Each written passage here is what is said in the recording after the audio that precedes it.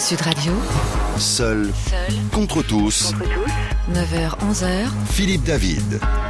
Merci de nous rejoindre pour Seul contre tous. Pendant 2 heures, nous allons débattre avec des sujets différents. Le premier que vous propose Philippe Davidi, il vous dit le retour au franc. Je n'y crois pas. C'est lui et c'est lui seul. Et pourquoi pas le sesterce? Pourquoi pas? Le sesterce. La piastre pendant que vous y êtes, ma chère Sophie. Eh bien, nous aurons des contradicteurs et des débatteurs avec Philippe. Et vous aussi, vous réagissez au 0826 300 300 ou naturellement, comme d'habitude, sur sudradio.fr. Marine Le Pen a proposé hier un retour à 2 monnaies, comme cela fut le cas avant le 1er janvier 2002, le franc et l'écu. Vous vous rappelez l'écu, European Currency Unit, l'unité monétaire européenne, le franc dans nos porte-monnaies et l'écu pour les entreprises et les États. Et pourtant, seul contre tous ce matin de 9h à 10h sur Sud Radio, je le dis, le retour au franc, je n'y crois pas. L'écu était la monnaie commune, tandis que le franc était la monnaie nationale avant l'avènement de l'euro, mais rappelons que personne ne payait en écu ou presque, que ce soit les particuliers ou les entreprises. C'est pourquoi je le dis et je le répète, le retour au franc, je n'y crois pas. Je n'y crois pas car pour revenir à 2 monnaies, il faudrait l'accord des autres pays européens et qu'aucun d'entre eux ou presque ne serait d'accord pour ressusciter l'écu pour faire plaisir à la France, dont la puissance économique, et je le dis bien malheureusement, régresse d'année en année. C'est pourquoi je le dis et je le répète, seul contre tous, le retour au franc, je n'y crois pas. Je ne crois pas non plus au retour du franc seul, puisque les conséquences seraient énormes pour les Français, avec une dévaluation massive, une hausse des produits payés en devises, donc des matières premières, et de la plupart des produits manufacturés, vous, de notre déficit commercial. C'est pourquoi je le dis et je le répète, le retour au franc, je n'y crois pas. Enfin, du fait de cette dévaluation massive, le pouvoir d'achat des Français s'effondrerait et surtout, les marchés financiers arrêteraient de nous prêter les milliards dont nous avons besoin pour payer les fonctionnaires, les retraites et la dette qui s'accumule depuis 43 ans. Rappelons que le dernier budget de l'État en équilibre date... Vous étiez juste née, Sophie, de 1974. C'est pourquoi je le redis, le retour au franc, je n'y crois pas. Face à moi, François Asselineau, président de l'Union populaire républicaine et candidat à la présidentielle. Bonjour. Bonjour. Bienvenue sur Sud Radio. Et Jacques Sapir, directeur d'études à l'École des hautes études en sciences sociales. Bonjour. Bonjour. Bienvenue sur Sud Radio. On va commencer avec vous, Jacques Sapir, comme vous êtes à distance. Quand je dis, Jacques Sapir, que le retour au franc, j'y crois pas, je suis sûr que vous n'êtes pas d'accord avec moi. Non, évidemment. Alors, première chose... C'est le principe de l'émission, elle s'appelle Seul contre tous. Bien entendu. Bon, la première chose, si vous voulez, quand vous dites que la puissance économique de la France est déclinante, c'est vrai, certes, mais certes, c'est un point important, nous sommes toujours le 2e pays de la zone euro. Ce qui veut dire que si nous décidons de sortir, eh bien, nous faisons exploser de fait la zone euro. C'est un fait, et c'est d'ailleurs reconnu par l'ensemble des économistes, y compris les économistes de la BCE. C'est le premier point. Alors, pourquoi faudrait-il sortir de la zone euro? Je vais vous donner un simple chiffre qui vient d'une étude qui a été réalisée cet été par le Fonds monétaire international et qui montre que, à cause de l'euro, le Deutschmark virtuel, c'est-à-dire les prix en Allemagne, sont sous-évalués de 15%, alors que les prix exprimés dans un franc virtuel, qui n'existe plus, évidemment, mais qui correspondent au niveau des prix en France, sont surévalués de 6%. Ce qui fait un écart en termes de prix de 21%. Autrement dit, si nous voulons résoudre ce problème d'écart, il faudrait que l'on impose une baisse de tous les salaires, que ce soit les salaires du public ou du privé, et de l'ensemble des charges, donc de l'ensemble des revenus en France, de 21%. J'ajoute d'ailleurs que la France n'est pas la seule concernée, on a des chiffres même supérieurs pour l'Italie et l'Espagne. Donc, on voit qu'on a aujourd'hui un problème de compétitivité qui est essentiellement lié à l'euro, et si vous voulez, si on se met dans justement cette hypothèse d'une sortie de l'euro, qu'est-ce qu'on constate? On constate premièrement que, contrairement à ce que vous avez dit, le choc sur les prix serait très faible. Pourquoi? Eh bien, il faut savoir que dans la consommation... On va en parler après, Jacques Sapir. Je vais faire réagir François Asselineau tout d'abord. François Asselineau, rebonjour. Vous êtes président de l'UPR, l'Union populaire républicaine. Vous êtes candidat à la présidentielle et vous n'êtes pas d'accord avec moi. Vous êtes donc d'accord avec Jacques Sapir quand je dis que le retour au franc, je n'y crois pas. Oui, permettez-moi d'abord, si vous me le permettez, de revenir sur ce que vous avez dit en préambule. Vous avez cité Madame Le Pen, comme si Madame Le Pen avait le monopole des questions sur l'euro. C'est parce qu'elle en a parlé hier, oui, c'est pour ça. Mais Madame Le Pen et les gens qui sont avec elle est d'une incompétence notoire et elle change d'un point de vue tous les jours ou à peu près. Nous avons mis en ligne sur notre site upr.fr, qui soit dit en passant est le site le plus consulté de tous les partis politiques français. Nous avons mis une petite vidéo qui montre les 21 versions contradictoires du Front National sur la sortie de l'Union Européenne et de l'euro. En fait, tout ça est totalement contradictoire. Donc ça, c'est le premier point. Je voulais me démarquer complètement ici du Front National. La deuxième chose que je voudrais dire, c'est qu'il faut poser le débat de façon très claire. La première question, est-ce que l'on peut sortir de l'euro? Ça, c'est la première question. Et la deuxième question, c'est est-ce qu'il faut le faire? Alors, est-ce que l'on peut sortir de l'euro? Eh bien, écoutez, il n'est pas question dans les traités européens de sortir de l'euro. Il n'y a pas d'article qui permette de sortir spécifiquement de la monnaie européenne. En revanche, tous les juristes et la Commission européenne elle-même l'a dit, la seule façon de sortir de l'euro, c'est de sortir de l'Union européenne et de l'euro par l'article 50 du traité. C'est d'ailleurs le Frexit. Voilà, c'est le Frexit, c'est d'ailleurs ce que je propose. Moi, je suis le candidat du Frexit.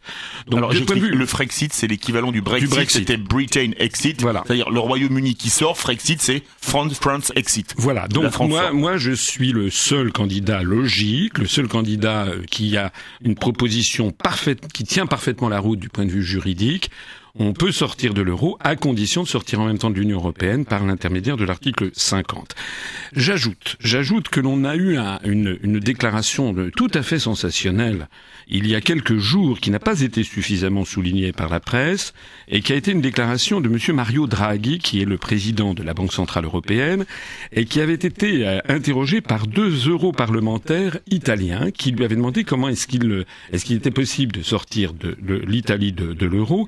Et pour la toute première fois, Mario Draghi, qui est donc le président de la BCE, qui avait toujours dit que c'était impossible, a dit très exactement, si un pays devait quitter l'eurosystème, la position créditrice ou débitrice de sa banque centrale envers la BCE devrait être réglée dans son intégralité. C'est-à-dire, alors ça c'est une question technique dont on parlera peut-être tout à l'heure, après, oui. Mais ça veut dire que, pour la toute première fois, le président de la Banque centrale européenne a reconnu que l'on pouvait sortir de l'euro. Alors ça, excusez-moi, mais c'est le pape de la BCE, si le pape le dit, si vous voulez, mais on va pas être plus catholique que le pape, comme on dit.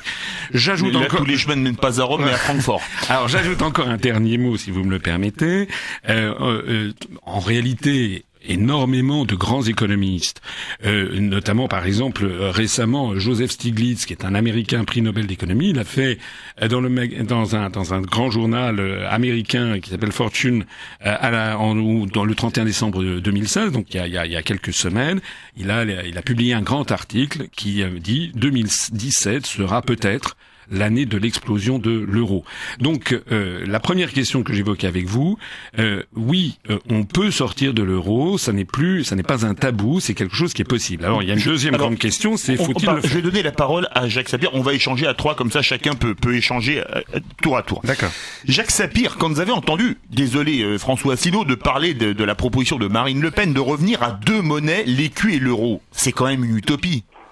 L'écu et le franc, pardon. Non, ce n'est pas une utopie. Alors après, si vous voulez, il est clair qu'il peut y avoir toute une série de scénarios possibles. Mais on peut, quitte à faire, ces cas-là, on revient au franc pur et dur et on sort carrément de l'Union européenne, comme le disait François Asselineau, mais on n'a plus de raison d'être avant de faire l'écu et l'euro.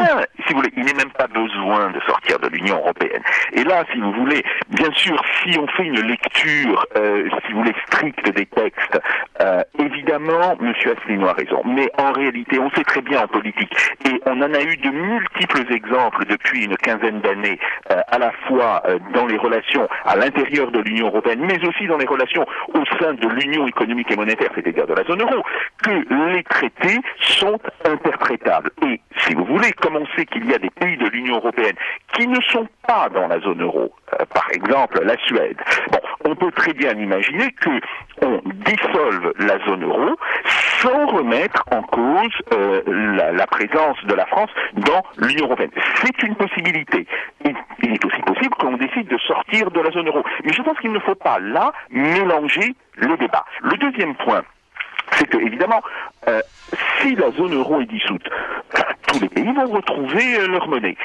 Et ce qu'il faut comprendre, c'est qu'il pourrait être intéressant de retrouver un mécanisme de, si vous voulez, fluctuation concertée, mais qui soit un mécanisme qui ne soit pas laissé au marché. Comme à l'époque le serpent monétaire ? Oui, tout à fait, mais qui ne soit pas laissé au marché. Et ça, c'était une des grandes fautes du serpent monétaire. Et c'est une faute qui avait été imposée par l'Allemagne, car l'Allemagne se refusait par principe à tout mécanisme de contrôle des capitaux.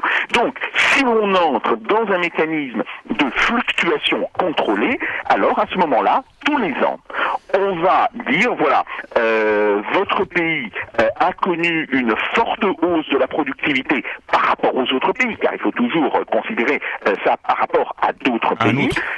Et donc, à ce moment-là, vous allez réévaluer légèrement votre monnaie. Inversement, si vous avez des problèmes, par exemple, admettons que vous connaissez une catastrophe naturelle ou vous avez un problème avec une branche de votre économie ou une branche de votre industrie, ou vous avez une guerre à subventionner, ou vous avez une guerre à subventionner. Vous avez une guerre à subventionner, ce qui est aussi une possibilité, à ce moment-là, vous d'évaluer. Mais si vous voulez, il faudra là qu'il y ait une forme de coopération. Alors après, savoir, est-ce que cette coopération se fera au niveau des 27, voire des 28, si la Grande-Bretagne acceptait d'y participer? Je vous dis tout de suite, je n'y crois pas, je peux me tromper, mais je n'y crois pas. Est-ce que ce type de coopération pourrait fonctionner au sein, grosso modo, de l'ancien marché commun, c'est-à-dire des 5... oui, ça, les 6 pays fondateurs. Les 6 pays fondateurs. François Asselineau, vous êtes clairement démarqué d'entrée de la proposition de Marine Le Pen hier. Est-ce que vous croyez, vous voulez sortir de l'Union Européenne, ce qui est votre droit le plus strict, et vous pouvez l'exprimer à ce micro, est-ce que vous croyez au retour à 2 monnaies, écu, franc? En fait, c'est parce qu'on a franc tout court. Non, il y a. C'est ce qu'elle a proposé. Oui, mais en fait, il y a une monnaie qui sera le franc.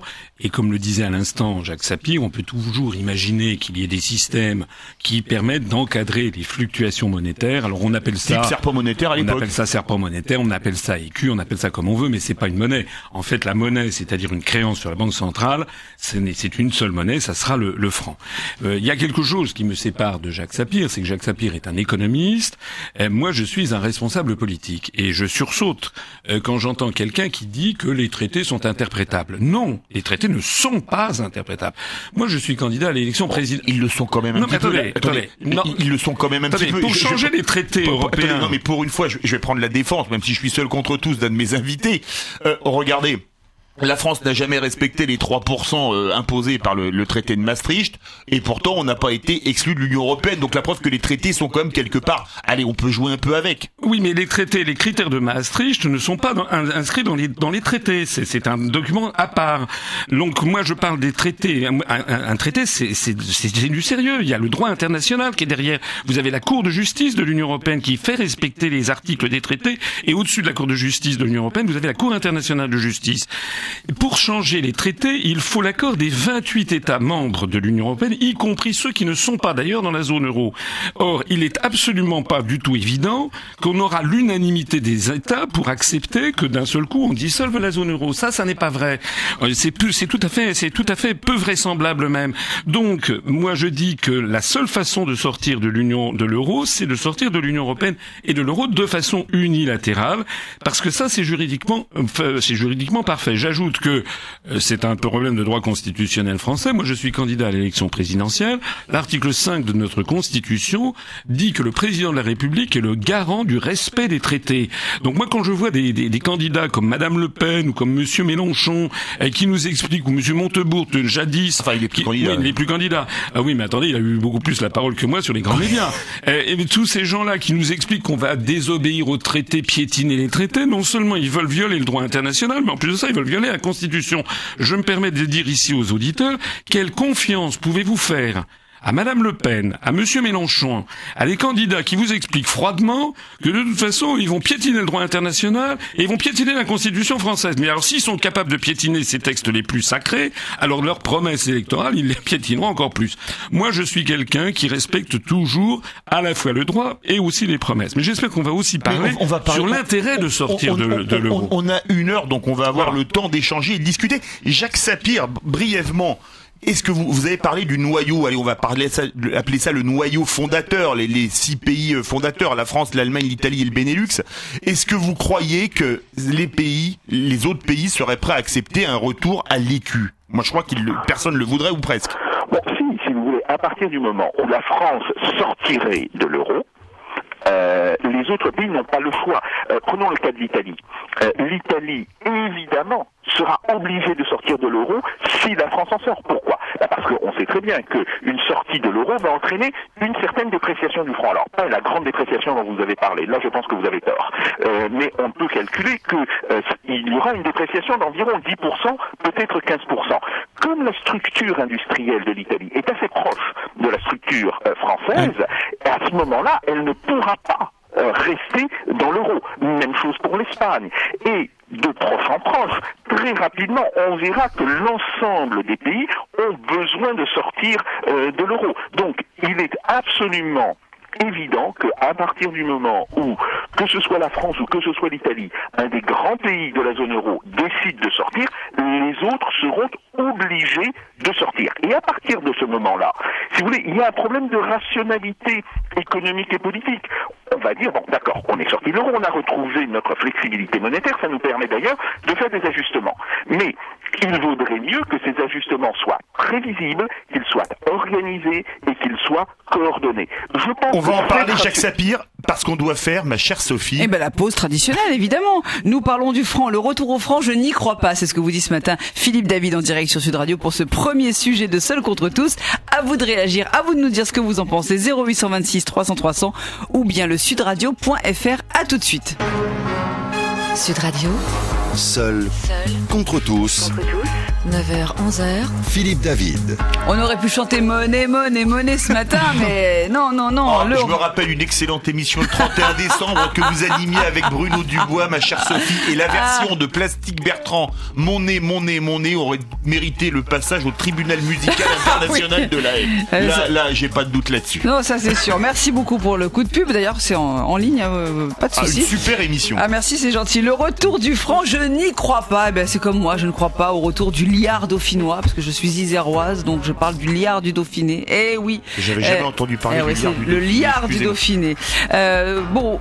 Qu'en pensez-vous? Vous avez votre avis sur la question? Allez, vous nous le dites. 0826 300 300 et comme d'habitude sur sudradio.fr avec Clémence qui surveille l'internet Sud Radio. Vous laissez vos commentaires et puis il y a la petite consultation mise en ligne. On en est où, Clémence? Bonjour. Oui, bonjour. Je surveille et je vois qu'en fait c'est plutôt nos auditeurs qui ne croient pas en Philippe David ce matin. Oui, puisqu'ils sont 80% à dire pas d'accord avec Philippe David.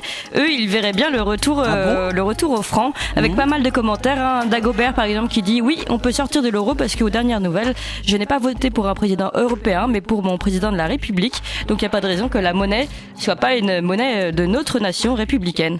Et puis on a par exemple Danissan qui dit tout est possible si l'Europe ne change pas, qu'elle ne nous protège pas plus de nos problèmes en ce moment et des problèmes qui nous arrivent de croissance, etc. Alors forcément on y arrivera. Et Fabrice de Bordeaux, qu'en pense-t-il? Il est avec nous 0826 300 300. Bienvenue sur Sud Radio, Fabrice. Merci. Bonjour Fabrice, bienvenue sur Sud Radio. Moi, j'ai tendance à partager votre avis, c'est Philippe, c'est bien ça? Oui, c'est ça. Moi, j'ai tendance à partager votre avis. Seulement, moi, j'ai un niveau économique, de culture économique qui est, on va dire, basique, très basique. J'entends juste ce que les médias font. Je ne suis pas entrepreneur, je suis plutôt dans le milieu paramédical. Et ce que moi, je poserais plutôt la question à vos invités, c'est quand est-ce que, mais ça c'est valable malheureusement à beaucoup de niveaux quand on explique des sujets aussi délicats que cela, pourrait-il s'exprimer d'une manière intelligible avec un langage commun que les gens... Moi j'aimerais savoir quel est notre intérêt à défendre leur point de vue, mais qui nous le fasse comprendre, parce que moi c'est comme si je parlais en langage médical avec des termes médicaux très poussés devant des gens qui ne maîtrisent pas ce langage. Donc et moi, je suis prêt à tout entendre, à tout écouter, mais je voudrais savoir... Vous avez vu sur Sud Radio, on donne la parole à tout le monde et on confronte, on n'a aucun tabou, vous le savez. Voilà. Moi, je voudrais savoir si, d'une manière quand même, même parce que vous maîtrisez à votre niveau beaucoup mieux les notions économiques, je vous ai entendu à plusieurs reprises parler. Merci. Voilà. Bon, maintenant, les gens qui vous écoutent, la plupart, n'ont pas forcément cette culture. Et quand on pose la question simple, veut-on sortir de l'euro ou pas, les gens réagissent d'une manière épidermique, émotionnelle, comme d'habitude, mais sans avoir finalement les tenants, les aboutissants. Et quand on parle, oui, ça vous permettrait, il y a la banque, machin, mais les gens n'y comprennent rien. Ils n'ont pas cette culture. Donc moi j'aimerais bien qu'ils nous montrent où est l'intérêt, en sachant aujourd'hui, je finis sur ça, aujourd'hui, ce que je constate, et là je pense qu'il faudrait mettre un gros pavé dans la mare, même si je sais bien que c'est pas possible aujourd'hui. Comment la légalité économique permet-elle aujourd'hui une délocalisation d'entreprises et que des travailleurs qui viennent travailler chez nous avec un salaire plus important parce qu'ils dans leur pays c'est minable puissent être subventionnés par la sécurité sociale? Et inversement, comment ces échanges économiques de fuite d'argent peuvent être encore légiférés? Qu'est-ce qu'on attend pour taper du poing et arrêter finalement? Oui, les échanges doivent être libres, mais jusqu'à quel point? Alors, merci beaucoup Fabrice de votre témoignage. Heureusement que vous n'avez pas utilisé de termes médicaux. Là, j'aurais franchement eu des problèmes, je dois vous l'avouer, comme vous avez une profession médicale. Jacques Sapir, vous êtes directeur à l'école des hautes études en sciences sociales. Vous avez entendu Fabrice de Bordeaux, lui dit, moi je travaille dans le médical, et donc j'ai pas une immense culture économique, et j'aimerais qu'on m'explique avec des mots simples pourquoi il faut sortir de l'euro. Alors Jacques Sapir, je vous laisse faire, et je vais laisser faire après François Asselineau. Si vous voulez, très simplement parce que l'euro a tué l'industrie et l'économie française depuis 2000 ou 2002. C'est tout à fait évident quand on regarde, par exemple, l'écart de compétitivité, autrement dit l'écart de prix entre les productions françaises et les productions allemandes. Nous ne 21%. Voilà, nous ne pouvons pas lutter contre un tel écart, ou alors il faudrait imposer à la population française une perte de revenus de 21%. Alors voilà, il faut choisir. Deuxièmement, quand on regarde l'évolution de ce qu'on appelle les délocalisations, et dont votre auditeur a eu tout à fait raison de parler. Bon, on voit Whirlpool en ce moment. Voilà, pardon. Whirlpool en ce moment qui part en Pologne, qui est terrien. Absolument, il y a le cas de Whirlpool. Bon, on voit que ces délocalisations, qu'elles soient des délocalisations sèches, c'est-à-dire comme ce qui se passe avec Whirlpool, ou qu'il s'agisse en fait de décisions d'entreprises françaises de construire de nouvelles usines, mais à l'étranger, et non pas pour alimenter le marché de ce pays étranger, ce qui serait tout à fait acceptable, mais pour faire revenir les produits vers la France, eh bien, on se rend compte que cela a, grosso modo, provoqué la destruction d'environ 2 millions à 2,5 millions d'emplois sur, évidemment, 15 ans. Donc, il y a là, si vous voulez, un problème qui est un problème extrêmement important, et si on veut lutter réellement contre le chômage, vous savez, moi aussi j'ai entendu beaucoup des candidats à la présidence de la République, en particulier que ce soit les candidats de la primaire de droite ou que ce soit les candidats de la primaire de gauche, dire on veut lutter contre le chômage, même si dans certains cas ils disent non, le chômage... C'est difficile de dire quand on est candidat, on ne veut pas lutter contre le chômage, reconnaissez-le Jacques Sapir. Si vous voulez, on ne peut pas dire qu'on n'est pas d'accord pour lutter contre le chômage. Mais aucun n'a signalé ce problème majeur de compétitivité qui est en train de détruire l'économie française depuis maintenant plus de 15 ans. Si vous voulez. Et c'est là quand même où il y a une très grande hypocrisie. Moi je constate qu'il y a quelques candidats qui en parlent, mais qui sont malgré tout très minoritaires.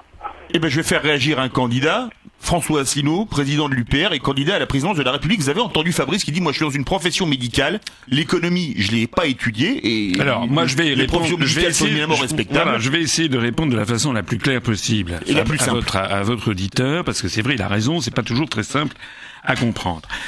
Avoir une même monnaie entre 18, 19 États différents, ça impose d'avoir progressivement les mêmes politiques économiques et sociales. Voilà. Donc déjà, ça vole la démocratie aux Français. Il suffit de regarder, par exemple, le rapport qui a été publié par la Commission européenne le 18 mai 2016. Je vais d'ailleurs vous en laisser un exemplaire. Merci. Pour que vous le voyez. On voit que la Commission européenne exige, pour qu'il y ait une convergence des économies, qu'on baisse l'impôt sur les sociétés en France, qu'on augmente la TVA, qu'on démantibule le droit du travail, que l'on favorise la déréglementation des professions réglementées, que l'on favorise le licenciement rapide et que donc les CDI deviennent en fait des contrats à durée extrêmement précaires. Bref, c'est l'ensemble des structures économiques et sociales d'un pays qui sont attaquées parce que nous devons nous appliquer à être, comme le disait Jacques Sapir, à essayer de suivre la compétitivité des meilleurs. Donc, il y a une relation directe entre une monnaie, entre un grand nombre d'États et la disparition de la démocratie. Ça, faut déjà bien le comprendre. La deuxième chose, c'est il a été question des délocalisations. Les délocalisations, ça n'est pas uniquement dû à un problème de compétitivité et de l'euro, c'est dû d'abord et avant tout à un autre article des traités européens, qui est l'article 63 du traité sur le fonctionnement de l'Union européenne, qui autorise la totale liberté de mouvement des capitaux. C'est de ça qu'il s'agit. Avant 1992, avant le traité de Maastricht, l'État, en France, pouvait interdire à une entreprise de sortir des centaines de millions ou des milliards de francs pour aller créer une usine en Slovaquie, par exemple. Maintenant, l'État n'a plus ces moyens. Ça n'est plus possible, c'est interdit. Le roi est nu. Voilà. Ça veut donc dire que... Le roi est nu, François Asselineau. Le roi est nu, ça veut dire que les traités européens favorisent, donnent du carburant aux délocalisations. Et d'ailleurs, pas seulement vers l'Europe, mais vers l'ensemble des pays du monde. Au passage, je note d'ailleurs l'incohérence de Jacques Sapir. Je me permets de le dire, je le connais, je trouve que ce qu'il dit est souvent tout à fait pertinent. Mais là, il s'agit bien d'un article des traités qui ne correspond en rien aux questions de l'euro. C'est bien la raison pour laquelle on ne pourra résoudre les problèmes de la France qu'en sortant de l'Union européenne, puisque l'euro n'est que l'un des problèmes et pas le seul problème. Je voudrais aussi dire quelque chose qui me paraît très très important, c'est presque un scoop que je vais vous donner. C'est que, je l'ai dit tout à l'heure en préambule, le président de la BCE, Monsieur Draghi, a répondu à 2 eurodéputés italiens. Il a dit, si un pays devait quitter l'eurosystème, c'est-à-dire l'euro, la position créditrice ou débitrice de sa banque centrale envers la BCE devrait être réglée dans son intégralité. Alors, évidemment, Fabrice, il aura raison. Là, c'est un peu abstrait. Voilà, va dire que c'est un peu abstrait. Qu'est-ce que ça veut dire concrètement? Ça veut dire concrètement que si l'Italie veut quitter l'euro, l'Italie devra régler à la Banque centrale européenne le montant des billets émis en euros par l'Italie, c'est-à-dire 150 milliards d'euros. Ce qui est impossible à sortir pour l'Italie. Attendez, et par ailleurs, ce que l'on appelle les targets, c'est-à-dire le déficit cumulé de la balance des paiements courants à l'intérieur de la zone euro entre l'Italie et le reste de la zone euro, qui est de 350 milliards d'euros. C'est-à-dire 520 milliards en tout. Non, 150 plus 350, ça fait 500. 320. Non, 150 plus 350, 450. Ça fait 500 milliards d'euros. Donc Monsieur Draghi a dit, si l'Italie sort de l'euro, l'Italie doit payer 500 milliards d'euros. Bien. Ce qui est impossible à payer pour l'Italie. Ce qui est impossible. Mais si vous connaissez ce qui se passe en ce moment en Italie, c'est excessivement grave parce que l'Italie va peut-être être contrainte de sortir de l'euro. Et qu'est-ce qui va se passer? Il va se passer que les autres pays de la zone euro vont dire vous devez 500 milliards. Et l'Italie va dire je ne peux pas payer 500 milliards. Le résultat des courses, c'est que ces 500 milliards d'euros vont donc être constatés en perte auprès des autres pays qui restent dans l'euro. Or, la France, elle a actuellement 20% à peu près de l'eurosystème. Donc 20% de 500 milliards, ça fait 100 milliards. Voilà. Si l'Italie en plus sort, la France montera son pourcentage, ça veut dire que l'on est certain que si l'Italie fait défaut, il va y avoir plus de 100 milliards d'euros qui vont nous tomber sur le coin du museau, passez-moi l'expression, que les Français vont donc être... Et ça sera pour l'Italie, mais après on va voir d'autres pays. En fait, on est en train de découvrir ce que le prix Nobel d'économie, Joseph Stiglitz, je crois, avait dit une autre fois, mais il y a plusieurs années. Il avait dit... Ce sont les pays qui sortiront les premiers de la zone euro qui s'en sortiront le mieux. Parce qu'en fait, on risque d'avoir un échafaudage qui va nous tomber dessus. C'est la raison pour laquelle il est si important de sortir rapidement de l'euro, de la zone euro. Vous restez avec nous jusqu'à 10h puisque nous parlons du franc et Philippe David vous dit ce matin dans Seul contre tous, c'est le principe. Il est seul contre tous d'ailleurs. Le retour du franc, je n'y crois pas. À vous de réagir, à vous de nous dire ce que vous en pensez, si vous êtes d'accord ou pas avec Philippe. Vous le dites sur sudradio.fr, vous laissez bien sûr vos commentaires et au 0826 300 300 pour parler en direct avec nous sur l'antenne et avec les invités de Philippe. À tout de suite. Sud Radio. Seul contre tous. 9h, 11h. Philippe David. Le retour du franc. Alors, ça vous dit? Non, lui, il n'y croit pas du tout, Philippe David. Et je vais vous dire que là, ce matin, sur Sud Radio, il est seul contre tous. Parce que vraiment, je crois que nos auditeurs ont envie du retour du franc. En tout cas, c'est ce qu'on voit sur sudradio.fr, puisque vous surveillez la petite consultation qui est mise en ligne. Et les auditeurs peuvent voter, Clémence, et laisser des commentaires. Comme le lait sur le feu. Oui, il y a aussi le numéro de téléphone 0826 300 300 pour parler à l'antenne. Tout à fait. Et Philippe David, si vous étiez un dieu, vous seriez mal barré, parce que là, il croit plus du tout en vous. Les dieux sont mal barrés. Ça, c'est une bonne chronique, ça. Les dieux sont tombés sur la tête. Au retour du franc. Combien? Ils sont 89 à croire au retour du franc. 89%. 89%, donc ne plus croire du tout en Philippe David. Et puis on a des tweets, le tweet de Les Toulousains 31 qui dit l'euro a été un piège dont on aura du mal à sortir, mais c'est possible. 95% des pays ont leur propre monnaie. Et puis une question que je me posais, puisque le film Demain de Cyril Dion a été un gros succès, et il parle de la monnaie locale qui marche très bien, qui permet de relancer l'économie. Notamment. Voilà, donc ma question c'est quelle est la différence entre une monnaie locale et une monnaie nationale? Est-ce que la monnaie locale, est-ce que ça peut avoir les mêmes effets qu'une monnaie nationale? Comme on a un économiste avec nous, à la personne de Jacques Sapir, directeur à l'école des hautes études en sciences sociales, on va poser la question à Jacques Sapir et à François Asselineau. Jacques Sapir, vous croyez, vous, en ces monnaies locales qui ont été mises en place à droite, à gauche? On pense au sel, par exemple, dans des petits villages de l'Ariège, etc. Les locales sont des expériences intéressantes, et d'ailleurs elles ne sont pas limitées, si vous voulez, au sel. On a vu émerger des monnaies locales, voire des systèmes de troc dans de très nombreux pays, en particulier dans le cas de la Russie dans les années 1990. Ce ne sont pas des monnaies à plein titre, parce que pour qu'une monnaie existe, il faut que cette monnaie soit une monnaie de crédit. Autrement dit, que l'on puisse emprunter dans cette monnaie et que l'on puisse prêter dans cette monnaie. Et c'est là, si vous voulez, un point qui est extrêmement important de comprendre, la fonction d'une monnaie. Ce n'est pas simplement d'assurer les transactions. Ce n'est pas simplement, bien sûr que c'est une fonction importante, mais ce n'est pas simplement celle-là. C'est aussi le fait de pouvoir se projeter dans l'avenir, et de se projeter dans l'avenir soit en empruntant, soit en prêtant. Et pour vous croyez, François Asselineau, vous êtes candidat à la présidentielle, président de l'Union populaire républicaine, l'UPR, aux monnaies locales comme le sel, par exemple? Oui, mais les monnaies locales, si vous voulez, elles portent bien leur nom. C'est des monnaies locales. Ce ne sont pas des créances sur des banques centrales. Ce sont des choses qui peuvent être expérimentales, qui peuvent être sympathiques. Ça rappelle un petit peu aussi ce qu'étaient, vous savez, les colliers de boules dans les clubs méditerranéens. Mais tout ça, c'était, non, mais là, on parle, si vous voulez, d'économie planétaire. On parle de choses qui sont des choses graves, qui entraînent l'économie générale de la France. Alors ces monnaies locales sont sympathiques, mais ça n'est pas comme ça qu'on va régler le problème du chômage. En réalité, ce qu'il faut bien comprendre, c'est que l'euro, j'insiste là-dessus, nous a volé notre démocratie, nous impose une course permanente à l'échalote pour essayer de suivre les mêmes évolutions de la compétitivité que l'Allemagne. Or, nous n'avons pas la même tradition historique, nous n'avons pas le même peuple, nous n'avons pas le même tissu économique. Et il n'y a pas que la France d'ailleurs, c'est que tous les pays, notamment les pays de l'Europe du Sud, n'arrivent pas, et l'écart ne cesse de s'aggraver entre tous ces pays. Nous allons avoir une explosion générale. Je le répète tout à l'heure, rappelez que les auditeurs méditent bien ce que je dis. Ce sont les pays qui sortiront les premiers, qui s'en sortiront le mieux. C'est ça qui est important à comprendre. Et puis je voudrais dire aussi, parce que je vois le temps passer, je voudrais quand même dire quelque chose. Le franc, ça veut dire le libre.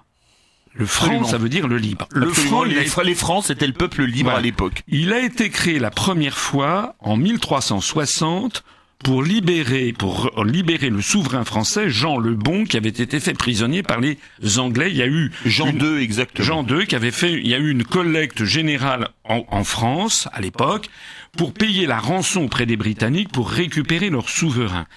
Le franc ensuite a disparu sous Charles V, donc quelques décennies après. Bien. Et puis il est réapparu. Il est réapparu sous la Révolution française. C'est la Convention qui l'avait défini en 1795. En fait, il a fallu attendre le consulat en 1803 pour assister à l'apparition c'était la loi du 7 germinal en 11. C'était le 27 mars 1803. C'est pour ça qu'on appelait ça le franc germinal. Le franc, il est donc réapparu à chaque fois dans notre histoire nationale. C'est très symbolique. À chaque fois que la France a voulu récupérer sa souveraineté, en 1360, en 1795, lors de sa souveraineté, notamment dans la foulée de la Révolution française, le franc a disparu de nouveau en 2002. Et on s'aperçoit de nouveau qu'on nous a volé notre souveraineté, notre liberté, donc inéluctablement, même du point de vue des gens qui aiment l'histoire et les symboles, le franc reviendra. Le franc, c'est le symbole de la liberté. Ça veut dire que désormais, les Français décideront par eux-mêmes, non seulement de leur politique monétaire, mais aussi de tout ce qui en suit, c'est-à-dire les politiques économiques et sociales et les politiques budgétaires. Alors messieurs, on a beaucoup discuté. J'ai pas pu poser beaucoup de mes questions parce qu'on a énormément échangé. Je vais me faire l'avocat du diable. Ça m'arrive de temps en temps dans Seul contre tous. Jacques Sapir. Plutôt que de revenir au franc, on a entendu François Asselineau qui parlait des 500 milliards que la BCE exigerait de l'Italie si jamais elle sortait de la zone euro. Est-ce qu'on pourrait pas, plutôt qu'un retour au franc, imaginer l'arrivée de 2 euros, 1 euro Europe du Nord qui regrouperait l'Allemagne, les Pays-Bas, le Danemark, la Finlande, etc. et 1 euro Europe du Sud, un deuxième euro qui regrouperait la France, l'Italie, l'Espagne, le Portugal et la Grèce, si tant est que la Grèce puisse être sauvée.